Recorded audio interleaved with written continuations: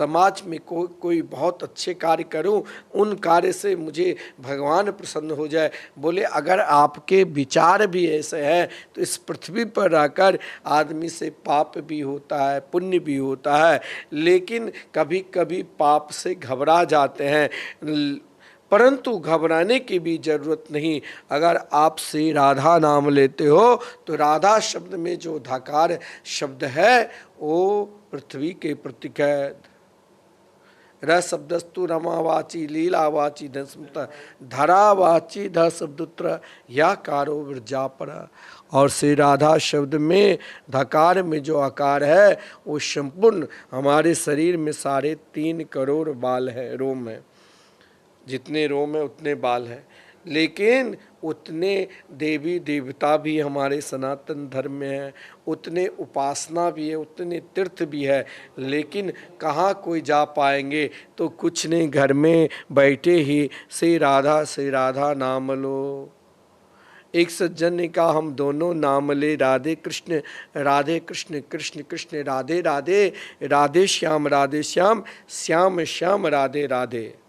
तो देखो राधा और कृष्ण दोनों में से कोई अलग नहीं है। राधाम कृष्णम स्वरूपाम्बे कृष्णम राधा स्वरूपिणम कलात्मानम निकुंजस्थम गुरु रूपम सदा भजे। जो तत्व श्री राधा रानी है द्वैताद्वैत उपासना में, वही तत्व श्री कृष्ण है। दोनों में एक रति भी कम नहीं है। श्री कृष्ण की उपासना करते हो तो श्री राधा रानी की प्राप्ति होगी। श्री राधा रानी की उपासना करोगे तो श्री कृष्ण अपने आप मिलेंगे, क्योंकि एक स्वरूप सदा दो नाम, आनंद की आह्लादनी श्यामा आह्लादनी के आनंद श्याम। स्वरूप दो दिखाई देते हैं लेकिन है दोनों एक ही। तो सज्जनों, आदरणीय श्रीमान सुखदेव जी महाराज परीक्षित को उन राजाओं को चरित्र श्रवण कराया जो सर्वे सर्व जितो जिता, जो महाराज पृथ्वी पर कहीं हारे ही नहीं, जो स्वशरीर स्वर्ग भी चले जाते थे और लौट कर आ जाते थे। परंतु देखिए 9वें स्कंद बिल्कुल वैराग्य 9वें स्कंद में भरा हुआ है। वो राजा भी इस संसार में नहीं रहा, फिर भी आप इतने उद्यम करते हो, अपना भरते हो, फिर सोचते अरे बच्चे के लिए, फिर उनके लिए 2-4 पीढ़ी के लिए रखते हो। लेकिन सज्जनों, वो धन आपको रहेगा कि नहीं रहेगा वो आप भी जानते हो। रहने वाले क्या है, एकमात्र भगवान के मंगलमय मधुरमय आनंदमय नाम। देखिए 9वें स्कंद में श्रीमान सुखदेव जी ने जब महाराज परीक्षित को सूर्य वंश के राजा के चरित्र श्रवण कराना प्रारंभ किए तो महाराज भगवान नारायण से ही सर्वस्व ब्रह्मांड है। तो भगवान नारायण के नाभि कमल से ब्रह्मा जी प्रकट हुए। ब्रह्मा जी से निकले श्रीमान ऋषिवर मरीचि ऋषि, और मरीचि ऋषि के पुत्र हुए कश्यप ऋषि।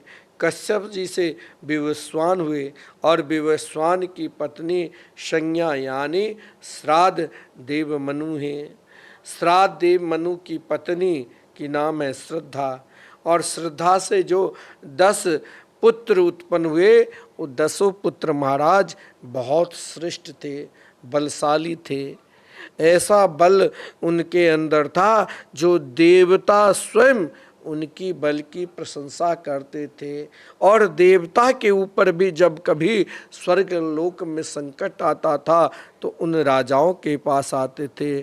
और श्राद्ध मनु के 10 पुत्र का नाम क्या है, तो इक्ष्वाकु, नृग, शर्याति, दिष्ट, धृष्ट, करुसन, नरिष्यंत, वृषद्र, नवग और कवि। इन 10 में एक से एक सज्जनों गुण था। ऐसा गुण है कि यदि उनको कोई पहचान ले, पकड़ ले, उनकी प्रभाव को समझ ले, तो उनमें भक्ति का कोई न कोई विशेष अंग मिलेगा ही। 10 जो महाराज श्राद्धदेव मनु के पुत्र थे, जिनके जो गुण था उनके विषय में कहा गया है।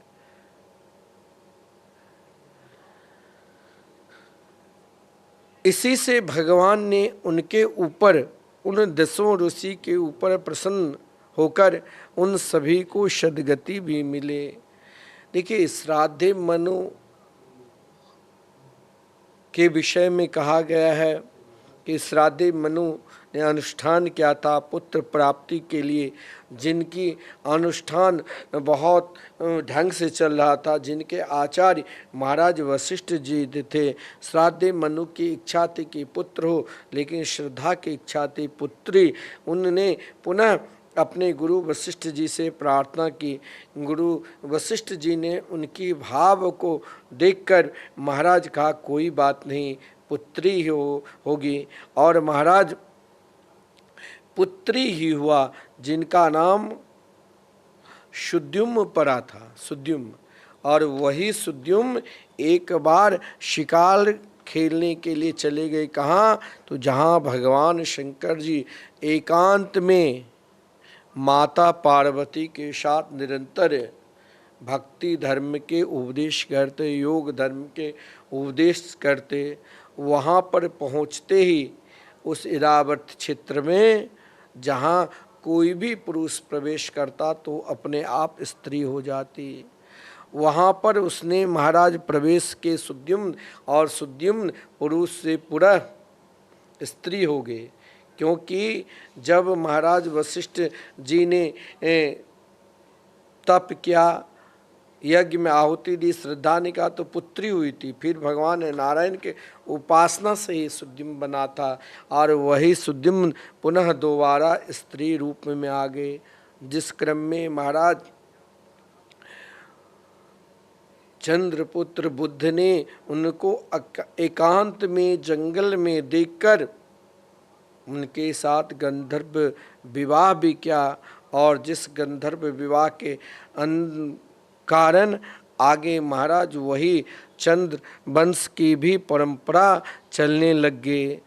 वही, क्योंकि वही सुद्युम्न से पुरुरवा हुआ, और जो पुरुरवा आगे चंद्र वंश में भी महाराज उनकी परंपरा चलते हैं। इधर जब स्त्री बना, पुनः वशिष्ठ जी ने भगवान नारायण की उपासना की। भगवान नारायण ने उनको कहा, 1 मास पुरुष और 1 मास स्त्री में रहेंगे। जिस कारण महाराज यहाँ राजा को, वो जो प्रजा लोग थे, उनको मन नहीं लगा।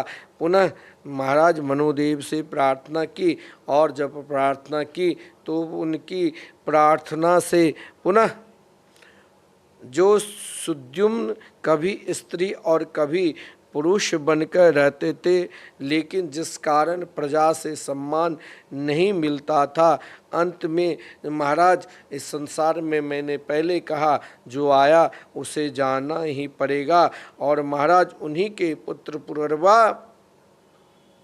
महाराज तपस्या करने के लिए चल दिए, और यही आगे इसी वंश परंपरा में महाराज वृषध्र हुए। वृषध्र के विषय में आप जानते हैं कि महाराज जिसने गौ की सेवा की, और आगे चलकर सूर्यवंश परंपरा में महाराज कई बड़े बड़े शक्तिशाली राजा हुए, जिनके महाराज स्वयं इसी सूर्य वंश में आगे चलकर महाराज हयाती हुए। और जिस सूर्य वंश में तीसरे परंपरा में महाराज एक से एक राजा इसमें राज किए, और इसी सूर्य वंश में महाराज च्यवन ऋषि ने भी प्राप्त किया पत्नी। कैसे? तो महाराज च्यवन ऋषि एक बार एकांत में भजन कर रहे थे। श्रीमान सुखदेव जी महाराज कह रहे हैं कि मनु महाराज के जो तीसरे नंबर के पुत्र थे सरियाती, वो बड़े श्रेष्ठ ब्रह्मनिष्ठ थे। साधु संतों के प्रति उनकी बहुत निष्ठा थी और साधु संतों के प्रति निष्ठा होने के कारण गृहस्थ धर्म को निभाते हुए 1 माह के लिए निरंतर तीर्थ यात्रा में निकलते थे। वही तीर्थ यात्रा में निकलने के कारण एक बार क्या हुआ, तो उनकी पुत्री का नाम है सुकन्या। सुकन्या थोड़ी सी चंचल स्वभाव के थी और जिस सुकन्या ने उस जंगल में जहाँ पर महाराज सरियाती तप कर रहे थे, सुकन्या अपनी सहेली के साथ इधर उधर घूम रहे थे। एक देखा कि एक टीला है, लेकिन उस टीला में से प्रकाश आ रहे हैं। उसने एक कांटे लिया और उस प्रकाश में चुभो दिया। ज्यों ही चुभो दिया तो वहाँ उस प्रकाश से महाराज रक्त निकलने लग गए, खून निकला। वो डर गई। उसने अपने पिता को नहीं बताया, लेकिन वो जो तप कर रहे थे वहाँ पर कोई साधारण ऋषि नहीं, स्वयं च्यवन ऋषि। इधर महाराज जितने भी राजा के साथ सैनिक इत्यादि आए थे, सब के सब महाराज सभी के विष्ठा मूत्र सब होना बंद हो गया। सब घबरा कर महाराज सरियाती के पास आए। सरियाती ऋषि ने अपनी पुत्री से कहा, बेटी इस जंगल में बड़े बड़े साधु संत रहते हैं, किसी को तुमने अवहेलना तो नहीं किया? एक क्षण के लिए चुप हो गई, लेकिन जब पिता ने कहा, बेटी देखो सभी को क्या दशा हो रही है, तब सुकन्या ने कही। सुकन्या को साथ में लेकर सीधे महाराज सरियाती च्यवन ऋषि के पास गए। च्यवन मुनि निरंतर भगवान की आराधना कर रहे थे, लेकिन जब महाराज सरियाती ने कहा तो महाराज आप जैसे कहोगे, जिस प्रकार कहोगे, आप हमें क्षमा कर दो। बोले क्षमा उसी शर्त पर करूँगा कि ये जो आपकी पुत्री है उस पुत्री को कहो मेरे साथ विवाह करे। अब महाराज सरियाती यहाँ एक क्षण के लिए मौन हो गए, लेकिन ऋषि ने जब आदेश दिया तो सोचा अगर नहीं कहो तो क्रोध करके श्राप दे देगा, यहीं जलाकर राख कर देंगे। अपनी बेटी से पूछा। बेटी सुकन्या ने ऋषि की तप निष्ठा को देखकर और ऋषि को भाव को देखकर कहा, अगर क्रोध भी करेंगे महाराज तो मेरे ऊपर ही करेंगे। पिता से कहा, आप जाओ, आप प्रजा के रक्षक हैं, हम जरूर इनकी दासी के रूप में निरंतर रहेंगे। वहाँ क्या हुआ, च्यवन ऋषि की सुकन्या जो राजकुमारी थी, परंतु बहुत लगन के साथ सेवा की। एक दिन क्या हुआ, उसी आश्रम में अश्विनी कुमार आए जो देवता के वैद्य थे। अश्विनी कुमार को देखकर च्यवन ऋषि ने कहा, आओ अश्विनी कुमार। स्वागत सत्कार किया।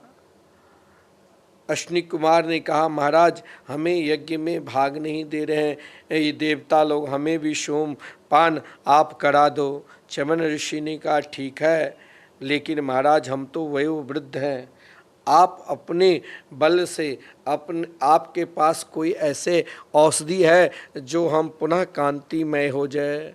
सुकन्या की सेवा निष्ठ को देखकर च्यवन ऋषि ने जब अश्विनी कुमार को कहा तो अश्विनी कुमार ने एक वहाँ पर छोटा सा सरोवर था, उसमें कहा चलिए ऋषि मेरे साथ।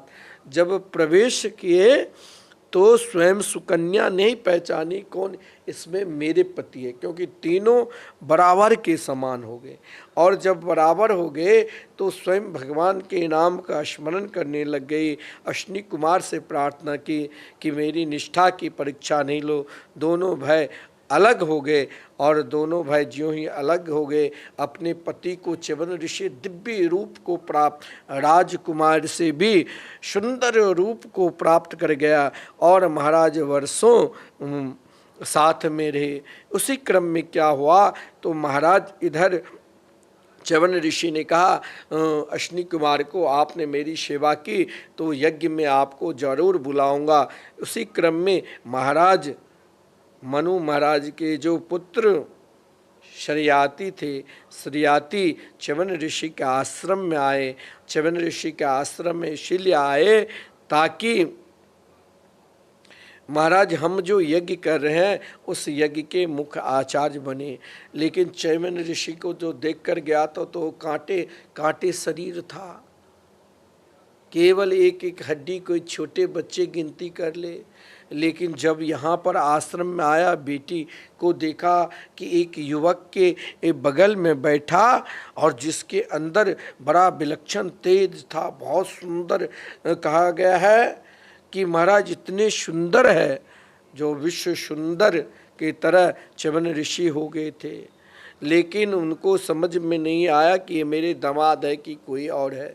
बेटी को बहुत कुछ कहा, बहुत क्रोध किया, तुमने मेरे वंश को कलंक कर दिया, अपने वृद्ध पति को छोड़कर तुमने इसे कहाँ से ले आए। मन ही मन च्यवन ऋषि मुस्कुरा रहे थे।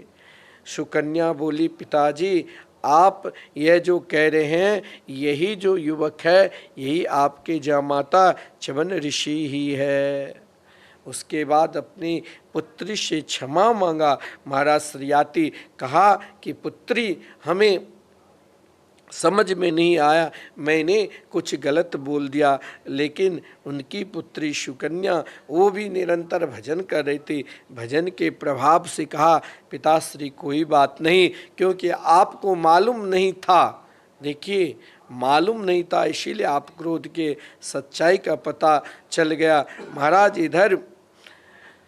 महाराज शरियाती ने च्यवन ऋषि को कहा, महाराज हम एक यज्ञ करना चाहते हैं जिसमें आप मुख्य आचार्य बनकर वहाँ पर पधारिए। च्यवन ऋषि ने कहा, चलो अपना काम बन गया। अश्विनी कुमारों को मैंने कहा था तुम दोनों को जरूर सोमपान कराऊंगा, और यही समय है।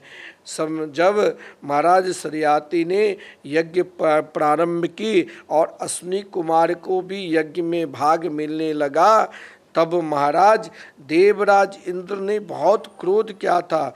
वज्र लेकर सीधे यज्ञ को विध्वंस करने के लिए आ गए, परंतु देवराज इंद्र जिस वज्र को अपने हाथ में रखा था स्तब्ध हो गए थे।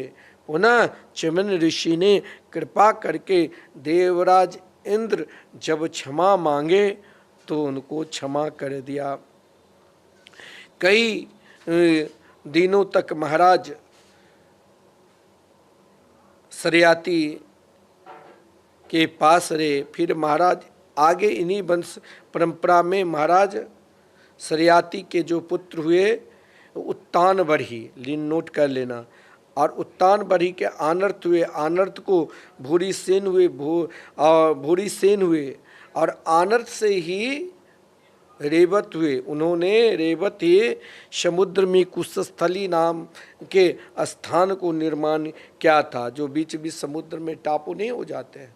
सर्वप्रथम महाराज अगर समुद्र में कोई अपना मकान बनाया समुद्र के बीच में, तो महाराज रेवत ही, और जिस स्थान का नाम था कुशस्थली। रेवत के 100 पुत्र हुए, जिनमें सबसे बड़े पुत्र का नाम था कुकुदमी था। कुकुदमी के पुत्री का नाम था रेवती, और जिन रेवती के विवाह श्री बलराम जी के साथ हुए। और महाराज वही स्थान जहाँ वर्तमान समय में द्वारका है, वही कुशस्थली उन्हीं को माना जाता है। आगे महाराज चंद्र सूर्यवंश में एक बहुत श्रेष्ठ भक्त राजा हुए, जिनके नाम थे नभग। नभग के पुत्र हुआ नाभाग।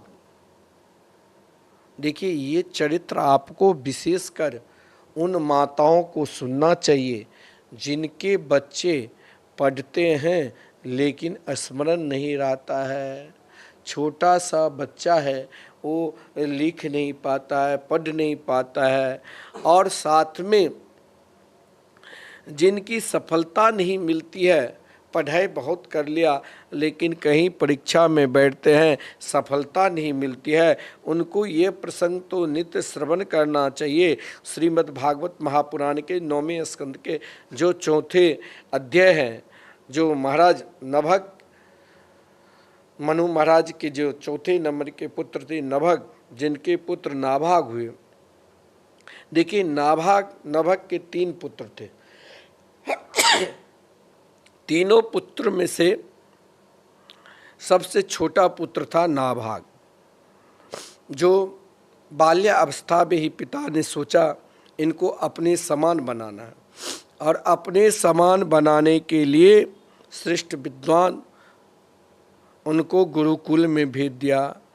और गुरुकुल में पिता ने आदेश दिया तभी लौट कर आना जब संपूर्ण वेद वेदांत उपनिषदों को ज्ञाता बनकर, और केवल ज्ञाता पढ़कर ही नहीं, उनको गुनकर आना। देखिए, पढ़ लेना और पढ़कर गुनना अलग बात है। इधर महाराज पिता की आज्ञा लेकर नाभाग गुरुकुल चले गए पढ़ने के लिए, लेकिन दोनों भाई ने सोचा, ये देखिए लड़ाई झगड़ा आज से नहीं हो रहा है भाई भाई में।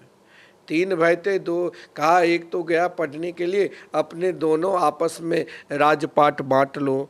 दोनों ने आपस में आधी आधी संपत्ति कर लिया। पिता बहुत वृद्ध हो चुके थे।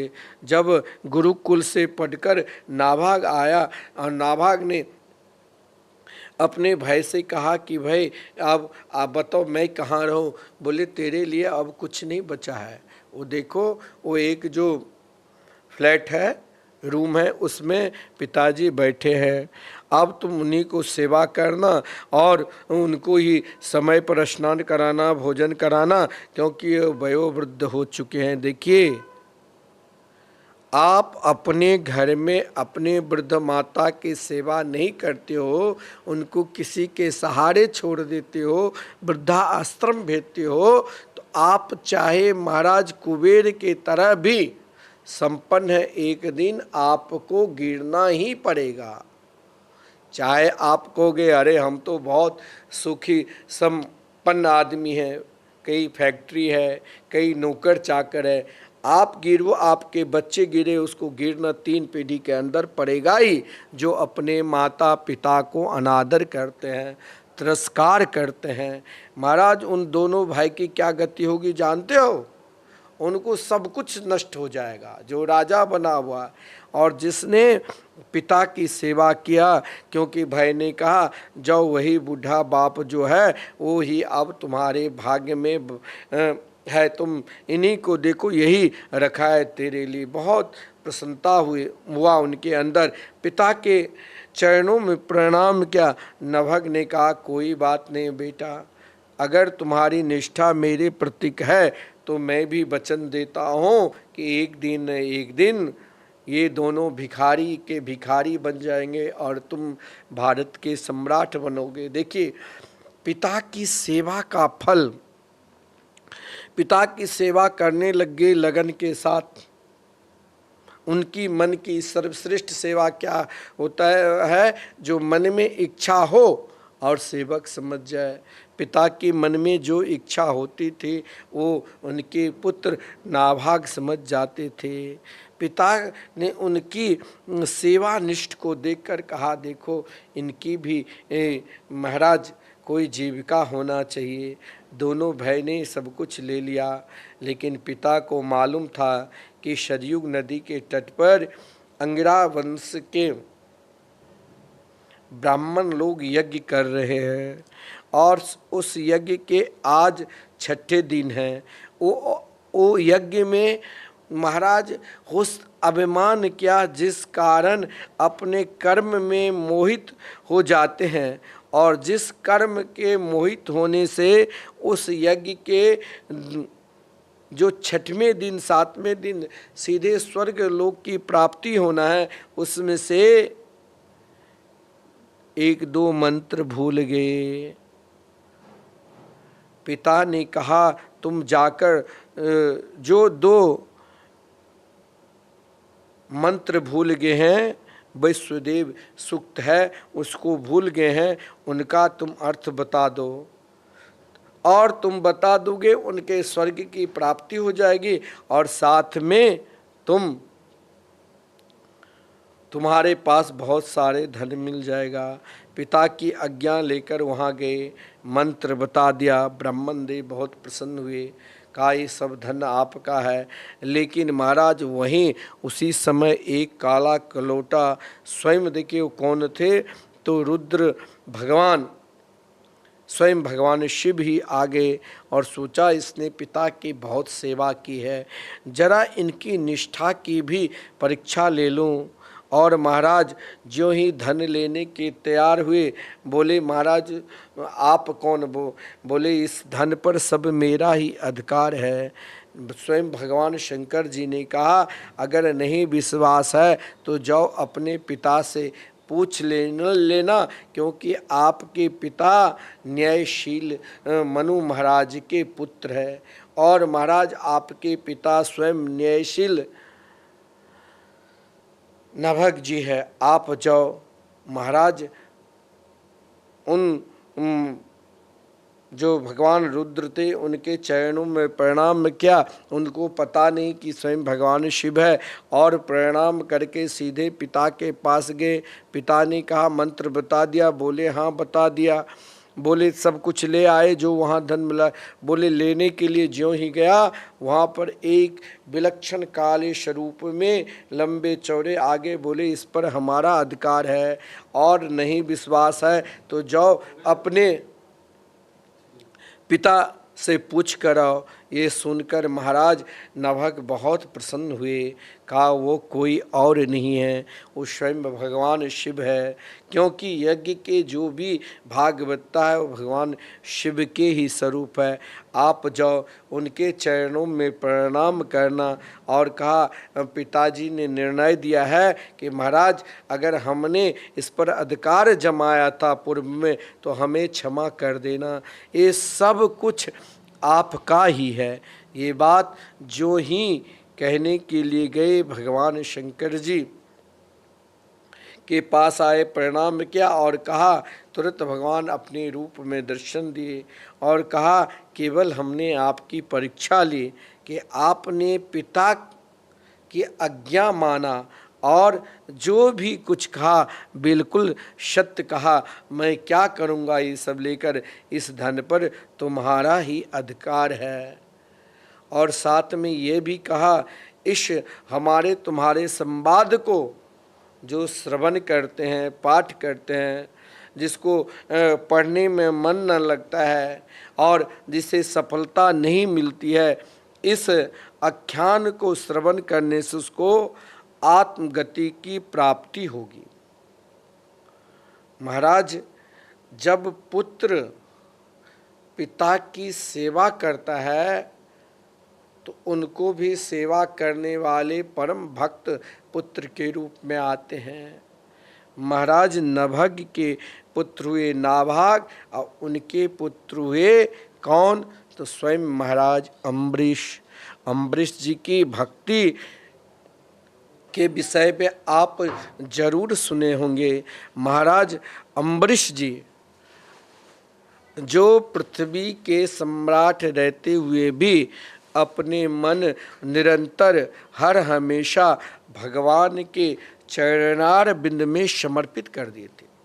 बहुत लोग कहते हैं, कहीं जाता है किसी धर्म स्थान पर जाते हैं तो बोलते हैं कि अरे हमारे तो बहुत वीआईपी व्यवस्था होनी चाहिए, सुंदर व्यवस्था होनी चाहिए, हम कैसे काम करेंगे।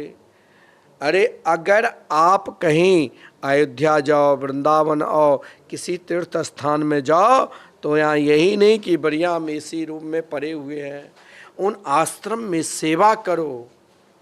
सेवा से ही आपके अंदर भक्ति की प्राप्ति होगी।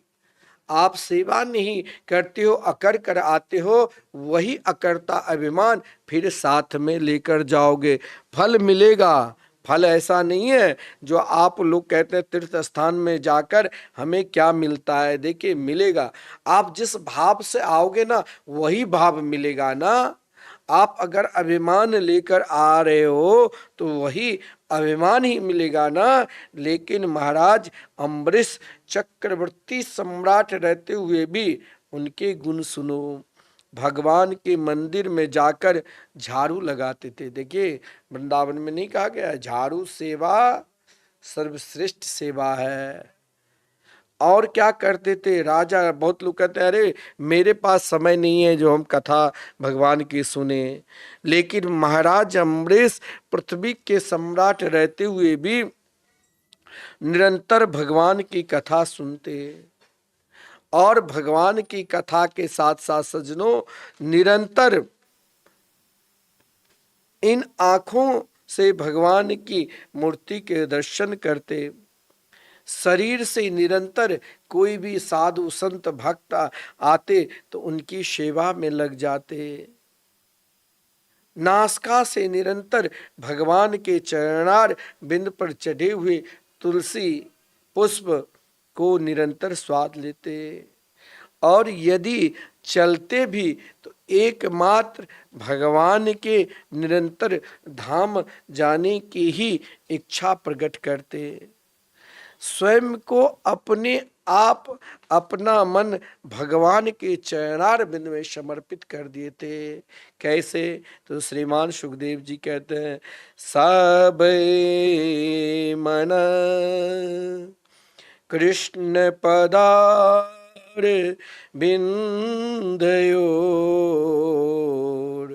वाचाम वैकुंठ गुणानुवर्णने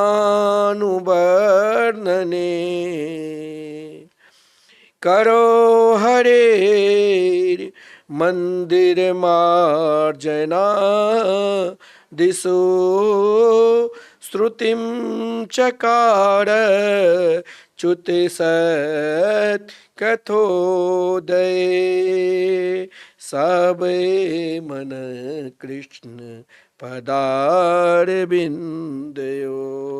महाराज अगर चलते भी तो कहाँ, तो भगवान के पावन धाम, कभी वृंदावन चले आते तो कभी हरिद्वार, कभी काशी, कभी अयोध्या आ जाते। अयोध्या में निरंतर तो रहते ही थे, निरंतर भगवान के चरणार बिंद के वंदना करते थे। उनके मन में एक ही कामना, देखिए वृंदावन आप आते हो तो एक ही कामना लेकर आओ। बहुत लोग कहते हैं चलो वृंदावन जाकर वहाँ लस्सी पियेंगे, खूब घूमेंगे, बड़े बड़े मंदिर देखेंगे, प्रेम मंदिर में फोटो खिंचवाएंगे, प्रेम मंदिर में बड़ा सुंदर लाइट की सुंदर झांकी बना हुआ है। अरे ऐसे भाव लेकर वृंदावन आओ कि वृंदावन में जाऊं तो वहाँ सेवा करूं, ना कुछ सेवा मिले तो ठाकुर जी के मंदिर में झाड़ू ही लगा कर आओ। ऐसा भाव रखो तब धाम की क्या महिमा है। और महाराज उस महिमा का फल मिलेगा। कामना ये रखो कि वहां जाकर हम भगवान के दास बनकर रहेंगे, दीन बन के। जब दीन बन के रहोगे ना तभी दीन बंधु की कृपा होगी। देखिए ये वृंदावन है, इस वृंदावन में अगर आप कहीं भी अभिमान लेकर आओगे तो कुछ नहीं मिलने वाले। हजारों बार आओ, क्योंकि यहाँ भगवान ने पहले ही बाल लीला में जब ग्वाल वालों के साथ उनके झूठन खा रहे थे, वनभोज कर रहे थे, तो जो सबसे छोटे ग्वाल वाले थे भगवान उनसे कहा तुम मेरे निकट आओ, और जो सबसे बड़े थे उसको सबके सबसे पीछे कर दिया। तो यहाँ अपने अंदर अपना बड़ापन लेकर आते हो। कोई आजकल तो लोग ऐसे हो गए कि हमने तो दान दिया। एक सज्जन ने कहा, आया था, कहा मैंने तो आपके यहाँ दान दिया, ये जो मंदिर बना है श्री राधा मोहन मंदिर, यहाँ 1 लाख दिया, हमारे लिए सुंदर एसी की व्यवस्था करो, बढ़िया अलग से भोजन बनाओ। मैंने कहा कुछ मिलने वाला नहीं, जो साधु संत भोजन करते वही, इससे आपका कल्याण होगा।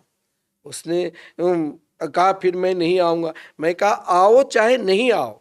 आजकल के भाव ये हो गया कि साधु संत हमारी सेवा करे, हम इतना दान देते हैं। अगर आपके अंदर ये भाव है तो आप स्वयं अपने आप को अपना पतन करते हो। कहीं भी किसी तीर्थ स्थान में जाओ, वहाँ ना तीर्थ पुरोहित से सेवा करो और किसी भी साधु संतों की आश्रम में जाओ, यह भाव मत रखना कि वो हमें सेवा करे। अगर उससे आप करवाते हो तो आप अपना पुण्य की क्षय करते हो। वहां दीनता बनकर जाओ। देखिए महाराज अम्बरीश जी भगवान के परम प्रिय भक्त, स्वयं पृथ्वी के सम्राट, फिर भी जब कहीं भी किसी तीर्थ स्थान में जाते थे तो वहां दास्य भाव लेकर निरंतर वहां सेवा में रहते थे। नारायण की सेवा करे, भगवान के परम प्रिय भक्त की सेवा करे।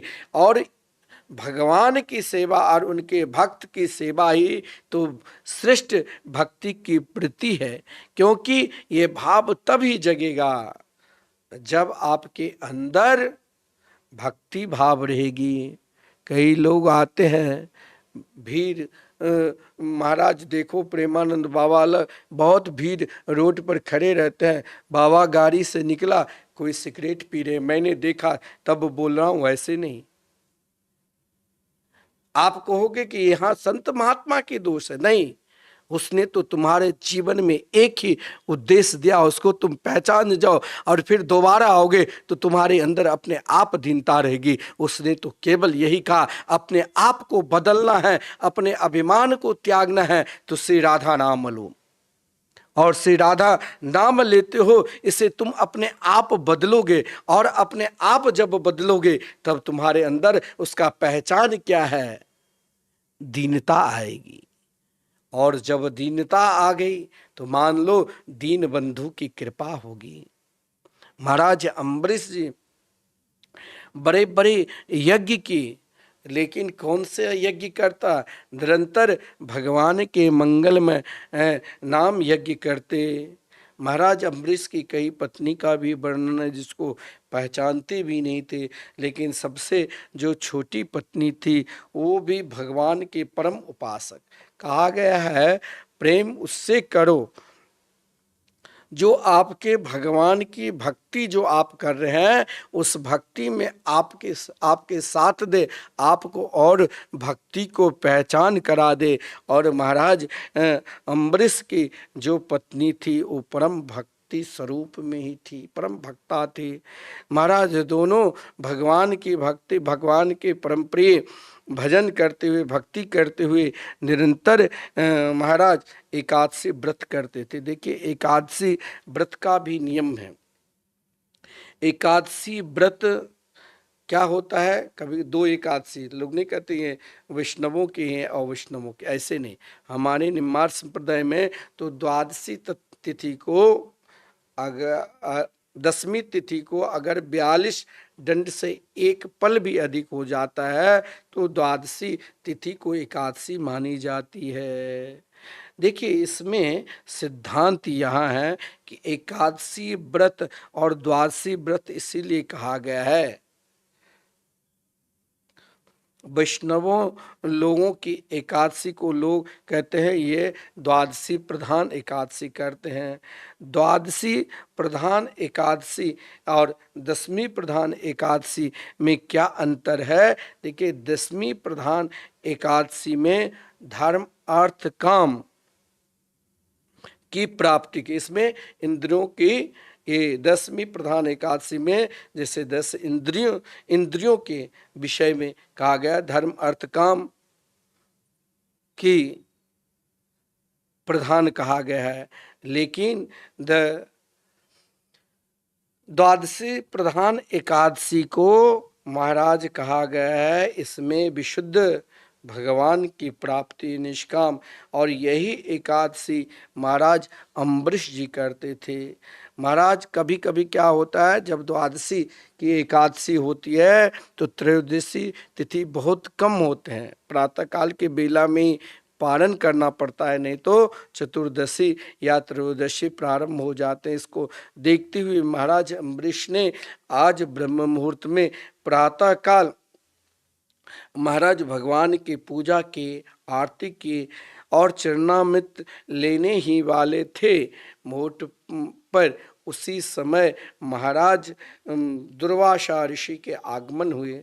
दुर्वासा ऋषि के साथ 10,000 शिष्यगण रहते थे।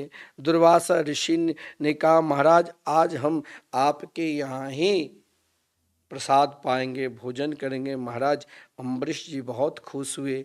इधर दुर्वासा ऋषि स्नान करने के लिए जब तक लौटे तब तक द्वादशी तिथि कम थी, जिस कारण चरणामृत लेने के कारण महाराज दुर्वासा ऋषि ने क्रोध किया और जिस क्रोध में आकर महाराज अम्बरीश को मारने की कोशिश की, अपने एक जटा को बाहर फेंका। उसे कृत्या नाम के राक्षसनी प्रकट हो गई। लेकिन ध्यान देना, बहुत लोग कहते हैं अगर हम भगवान के भजन पूजन करेंगे तो क्या भगवान हमारे घर परिवार चला देंगे? बिल्कुल चला देंगे।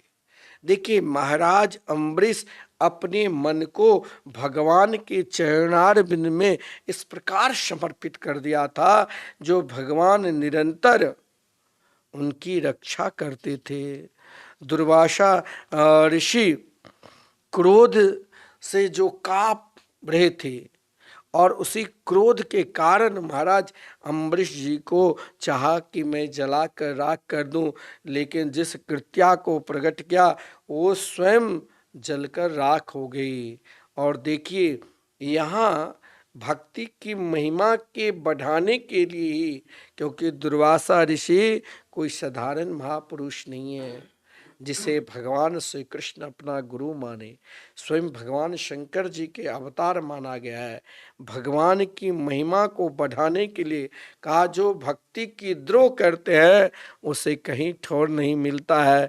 दुर्वासा ऋषि भागने लगे, ब्रह्मा जी के पास गए ब्रह्मलोक। ब्रह्मा जी ने दुर्वासा ऋषि से कहा, महाराज आए हो तो बाद में आना, लेकिन अभी लौट कर चले जाओ, अभी हम आपको बैठने के लिए भी नहीं कहेंगे। जो नित्य आदर मिलता था, सम्मान मिलता था, लेकिन कहा महाराज आप शीघ्र आते शीघ्र चले जाइए, क्योंकि सुदर्शन चक्र जिसमें करोड़ों सूर्य की तरह ज्वाला निकल रहे थे। दुर्वासा ऋषि ने शंकर जी के पास गए, अपने ही स्वरूप के पास, लेकिन भगवान शिव ने कहा कि महाराज आप आए हो तो कोई बात नहीं, लेकिन इस समय हम आपकी रक्षा नहीं कर सकेंगे। त्रयाणाम रक्षाये त्रिपुरहर जागर्ति जग ताम। महाराज भगवान शंकर जी ने कहा, आपने भक्त के अपमान किए हैं, इसीलिए आप अभी महाराज यहाँ से चले जाओ, वहाँ भी रक्षा नहीं हुए। इधर पीछे पीछे चक्र है, इधर आगे आगे दुर्वासा ऋषि है। साक्षात दुर्वासा ऋषि सोचा जिनके चक्र है उनके पास जाओ, कहीं वो जरूर रक्षा करेंगे। जब दुर्वासा ऋषि भगवान के पास गए, स्वयं नारायण ने साफ साफ कह दिया कि महाराज जी मैं नहीं रक्षा कर सकता हूँ। बोले भगवान ने क्यों कहा? उन्हीं के चक्र सुदर्शन। फिर भी भगवान ने दुर्वासा ऋषि को सीधे कह दिया, क्या? अहम भक्त पराधीनो यस्य तंत्र इव द्विज साधुभिर्ग्रस्त हृदयो भक्तिर्भक्त जन प्रिय। भगवान ने दुर्वासा ऋषि से कहा, देखो मैं अपने निरंतर भक्त के अधीन हूँ। क्यों अधीन हूँ? क्योंकि दुर्वासा ऋषि साधु मेरा प्रिय हृदय है। ये जो हृदय है, भगवान जैसे हम नहीं बोलते अरे हम आपको हृदय से प्रेम करते हैं, भगवान ने कहा मैं अपने हृदय को ही भक्त को दे चुका हूँ और भक्त के हृदय स्वयं मैं ले चुका हूँ। हम दोनों में कोई अंतर नहीं है, अंतर हमसे श्रेष्ठ मेरे परम प्रिय मेरे भक्त है। मेरे भक्त मेरे लिए स्वयं को सर्वस्व त्याग कर दिए हैं।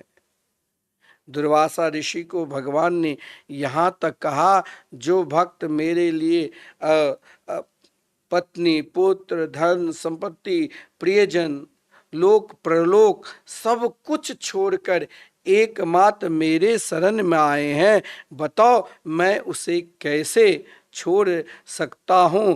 बसी कुर्वन्ति माम भक्त्या,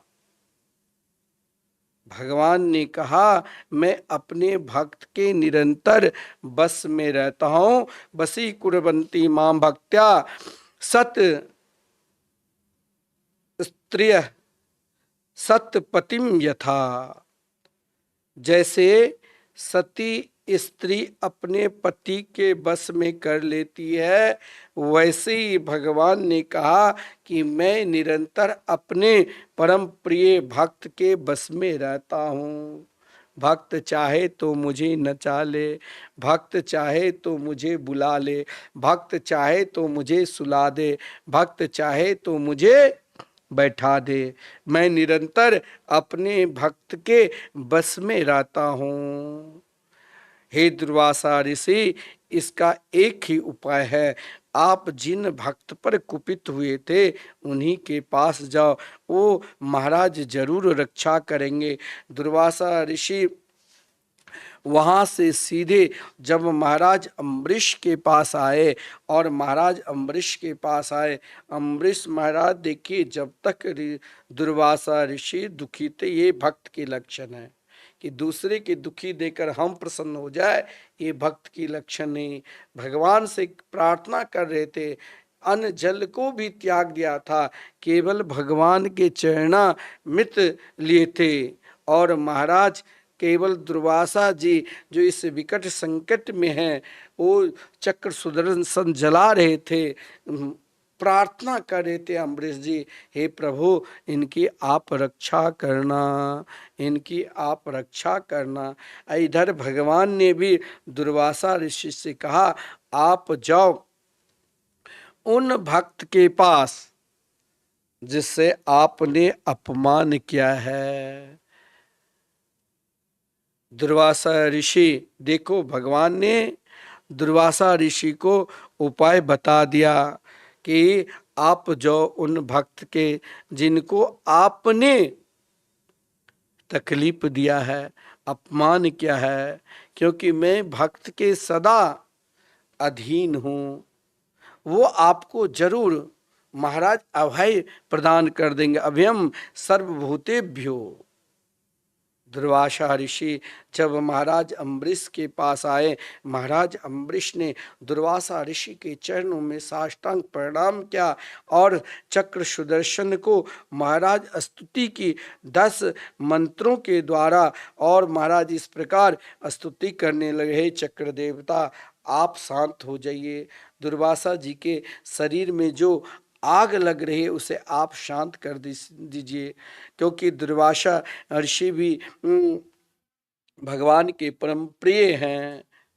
महाराज अम्बरीश जी बार बार जब सुदर्शन चक्र से प्रार्थना की, सुदर्शन चक्र शांत हो गए। इधर महाराज स्वयं दुर्वासा ऋषि ने महाराज अम्बरीश की निष्ठा को देखकर, महाराज अम्बरीश की भक्ति को देखकर उनकी गुणगान करने लगी। देखो, अगर महाराज संकट को दूर करना है तो संपूर्ण संकट को दूर करने की एकमात्र भगवान के मंगलमय नाम है। और ये दुर्वासा ऋषि ने कहा, त्रिलोकी में जाकर ओहो अनंत दासानम महत्वम दृष्टि मध्य में कृतागसोपि यदिराजन मंगलानी समीहसे।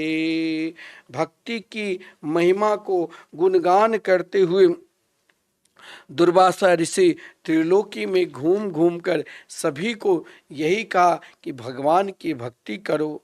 आगे महाराज सूर्यवंश में और बहुत प्रतापी राजा हुए, महाराज मानधाता हुए। जिन मानधाता के पुत्र महाराज बड़े बड़े प्रतापी पुत्र हुए, और उन्हीं मानधाता के पुत्र में महाराज कई राजा आते हैं। महाराज मुचकुंद भी और जिन महाराज मान धाता के वंश परंपरा में ही महाराज, इसमें सौवरी ऋषि का भी सुंदर उपाख्यान है। आगे महाराज इसी वंश परंपरा में जब महाराज युवनाश के पुत्र मानधाता और मातधाता के पुत्र आगे चलकर बड़े बड़े प्रतापी राजा हुए और वही राजा पुरुकुत्स का जन्म दिया, जिस वंश परंपरा में महाराज त्रिशंकु का भी जन्म हुआ। और महाराज इसी वंश परंपरा में जो त्रिशंकु पिता के श्राप के कारण चंडाल हो गया था, लेकिन विश्वामित्र के प्रभाव से सशरीर स्वर्ग गया। इसी वंश में जितने भी बड़े बड़े एक से एक प्रतापी राजा हुए, वही त्रिशंकु के संवाद में आगे चलकर त्रिशंकु के पुत्र हरिश्चंद्र हुए। इनका चरित्र भी बड़ा सत्यनिष्ठ है। और वही महाराज इसी वंश परंपरा में आगे चलकर महाराज सगर हुए। और महाराज सगर के जिन 60,000 पुत्र ने स्वयं कपिल ऋषि के आश्रम में जाकर ऋषि को अपमान किए और लगा कि जो उनके पिता जो यज्ञ कर रहे थे उसके घोड़े को वही बांध रखा है, और बिना जान पहचाने ही अनाप शनाप बोलने लगे, जिस कारण ऋषि ने उनको श्राप दिया, वहीं जलकर राख हो गए। महाराज उनके सदगति के लिए आगे सगर के पुत्र ने बहुत प्रयास किए। इसी वंश परंपरा में सगर के दूसरी पत्नी केसनी से जो असमंजस हुए थे, असमंजस बाल्य अवस्था से वैराग भरा था, चाहते थे कि मैं यहाँ ना रहूं और भजन करूं, लेकिन पिता नहीं मानते थे, जिस कारण कुछ दिन क्या क्या छोटे छोटे बच्चे को ही नदी में प्रभावित करने लगे। जब नाराज हुए पिता तो पुनः संपूर्ण बच्चे को दे दिया, घर द्वार छोड़ दिए कि उसे राज निकालने का दंड दे दिया। लेकिन वो तो परम महात्मा थे। इसी वंश परंपरा में आगे एक से एक प्रतापी राजा हुए, जो अंशुमान, जिसने पुनः महाराज कपिल ऋषि के चरणों में प्रणाम किए। गंगा सागर में कपिल ऋषि ने महाराज उनकी दीनता को देकर, अंशुमान को दीनता को देकर कहा, ये लो अश्व ले जाओ, अपना यज्ञ करो, और इन 60,000 पूर्वजों के कल्याण चाहते हो तो बिना गंगा जल से नहीं होगा। महाराज यज्ञ सफल हुआ, और यज्ञ सफल के बाद महाराज स्वयं तप करने के लिए चले गए। गंगा जी को लाने के लिए महाराज अनुशुमान ने वर्षों तक साधना की, वर्षों तक तप के, फिर भी गंगा जी नहीं आए। फिर उनके पुत्र भी बहुत कठोर तप किया महाराज दिलीप ने, फिर भी गंगा जी नहीं आए। तब महाराज भागीरथ ने तप किया, और भागीरथ की तप की, साधना की, देखिए आप भजन कर रहे हैं तो आपके भजन के प्रभाव लगता है आपके ऊपर नहीं पड़ रहा है, लगता है आपके बच्चे के ऊपर नहीं पड़ रहा है, तो आपके पुत्र के ऊपर तो 100% पड़ेगा ही। महाराज अंशुमान ने तप किया, फिर महाराज दिलीप ने तप किया, और फिर महाराज भागीरथ ने जब तप किया तो महाराज गंगा जी ने दर्शन दिया। गंगा जी के दिव्याति दिव्य उनकी रूप माधुरी को देखकर महाराज ने सुंदर तपस्या की, स्तुति की, प्रार्थना की, और प्रार्थना के बाद कहा कि आप पृथ्वी पर चलिए ताकि हमारे पूर्वज का कल्याण हो। गंगा जी ने कहा, मेरे बेग को मर्तलोक में कोई महाराज संभाल ही नहीं सकते हैं। इस बेग को तो भगवान शंकर के सिवा कोई रोक ही नहीं सकते। पुनः महाराज भागीरथ ने भगवान शंकर जी की आराधना की, और भगवान शंकर जी ने गंगा जी को कहा, अब आपको पता लोग जाने की जरूरत नहीं, अपने मस्तक पर जटा पर विराजमान कर दिया। और महाराज गंगा जी की बेग देखिए, एक महात्मा कहते थे कि पहले के जो साधक होते थे, महाराज भागीरथ, जिसने गंगा जी को महाराज कहाँ से प्रारंभ किए, किधर से, तो गोमुख से, बड़े बड़े पहाड़ चट्टान आया, लेकिन गंगा जी ने कहा कि मार्ग में आगे आगे आपको चलना पड़ेगा, कि किस मार्ग से आप मुझे गंगा सागर ले जाना चाहते हो। महाराज भागीरथ ने रथ पर बैठकर और सीधे गोमुख से महाराज बड़े बड़े पहाड़ चट्टान को तोड़ते हुए मार्ग बताते हुए, क्योंकि देखिए वैज्ञानिक जो होते हैं ना, नहीं कहते हैं आज वैज्ञानिक बड़े बड़े पहाड़ में सुरंग कर चुके हैं, बड़े बड़े उसमें गाड़ी घोड़ा निकलते हैं, परंतु स्वयं महाराज भागीरथ भगवान के भजन करते करते राष्ट्र के कल्याण हो, समाज को कल्याण हो। आज बहुत लोग कहते हैं साधु संतों को राजनीतिक से क्या मतलब, उनको तो भजन से मतलब है, लेकिन ध्यान देना हमारे सनातन धर्म में परंपरा है, हिंदू धर्म में जो हमारे जो बड़े बड़े राजा महाराजा भक्त हुए, वो निरंतर राष्ट्र के साथ साथ भगवान की आराधना करते हैं कि राष्ट्र खुशहाली तो हम स्वयं शांति होकर भगवान की भक्ति करेंगे। और महाराज भागीरथ तो इतने बड़े इंजीनियर का काम क्या, जो महाराज उन्होंने जिस रथ पर बैठे, वो योजना अनुसार वो रथ अपने आप आगे आगे बढ़ता था, पहाड़ को तोड़े और पहाड़ को तोड़ तोड़ कर जल के रास्ता निकाला, और रथ पहाड़ को तोड़ने की उस रास्ते में शक्ति थी। अब आप समझो कितने बड़े इंजीनियर थे, ये भी परंपरा भागवत में दिखाया गया है। और उनका रथ मार्ग पहाड़ों को रोंदता हुआ सीधे, जिनके पीछे पीछे गंगा जी धरती पर आ रही है।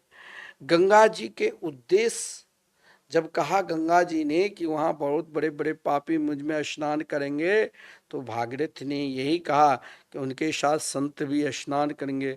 बोले अब तो और नहीं जाऊंगा, क्यों, क्योंकि उनके पाप में वो हमारे में स्नान करेंगे तो हमें और पाप लगेगा। बोले नहीं, उनके अंदर निरंतर भगवान के मंगलमय मधुरमय आनंदमय नाम रहते हैं।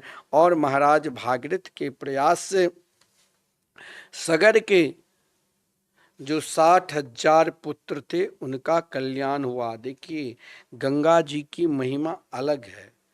गंगा जी की महिमा शास्त्र में ऐसे बताया गया है कि महाराज गंगा गंगेति यो बुर्यात योजना नाम सतेरपि मुच्यते सर्व पापेभ्यो वैकुंठम लोकम च गच्छति। जो व्यक्ति 100 योजन दूर पर भी घर बैठे गंगा गंगा नाम ले, वो समझो सीधे भगवान के दिव्याति दिव्य लोक जाएंगे। क्योंकि महाराज गंगा जी के बड़े विलक्षण वर्णन हैं। स्वयं महर्षि वाल्मीकि जी ने गंगा जी की जब स्तुति की और महिमा लिखा कि एक बार क्या हुआ, एक चिड़िया किसी महान से महान कोई पापी के हड्डी लेकर आकाश में उड़ रहे थे, और उनकी चोंच से वो हड्डी गंगा जी में गिर पड़ी। फलस्वरूप वह हुआ कि वो हड्डी गिरते ही सीधे चतुर्भुजी रूप लेकर सीधे भगवान के दिव्य वैकुंठ धाम पहुंच गए। देखिए जिस गंगा जी को महाराज भागीरथ ने अपने तप की बल से, अपने साधना के बल से और अपने पितरों का कल्याण किया, 60,000 जो सगर के पुत्र मरे हुए थे, उन गंगा जी का नाम, आप गंगा में स्नान करो ना करो, लेकिन गंगा जी के दर्शन करने से ही संपूर्ण पाप नष्ट हो जाते हैं। आगे महाराज सूर्य वंश में मर्यादा पुरुषोत्तम भगवान श्री राम के भी चरित्र 3 अध्याय तक है। कल हम श्री राम कथा सुनाएंगे और फिर उसके बाद श्री कृष्ण कथा के भी आनंद लेंगे। आइए 2 बार हम सब भगवान के मंगलमय नाम लेते हैं।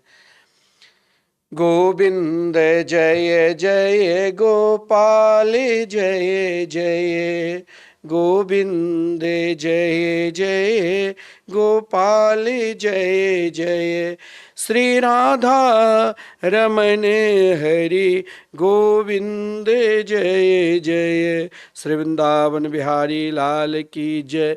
एक सूचना, जिस भक्त को कार्तिक मास में कल्पवास करने के लिए श्रीधाम वृंदावन आना है और मिथिला कुंज आश्रम में ठहरना है, क्योंकि इस बार पूज्य गुरुदेव 1 माह तक, क्योंकि उनके बहुत सारे शिष्य ने प्रार्थना की, निवेदन किया कि गुरुदेव एक बार हम श्रीधाम वृंदावन में रहकर नित्य यमुना जी के दर्शन करते हुए, दीपदान करते हुए हम कार्तिक में कल्पवास करें। जो भी भक्त आना चाहते हैं उनकी रहने की व्यवस्था, भोजन की व्यवस्था, सारी सुख सुविधा रहेगी। और कुछ भक्तों के आग्रह है कि हम कल्पवास कर रहे हैं, हम आश्रम में भोजन नहीं करेंगे, तो उनके लिए मात्र 11,000 आप संस्था में जमा करते हैं तो आपके लिए सारी सुख सुविधा रहने की, साथ में नाश्ता भोजन सब व्यवस्था रहेंगे। और नित्य आप पूज्य गुरुदेव के आशीर्वचन का भी लाभ लेंगे। तो जो भक्त कार्तिक में आना चाहते हैं वो जरूर संपर्क करें। श्री वृंदावन बिहारी लाल की जय।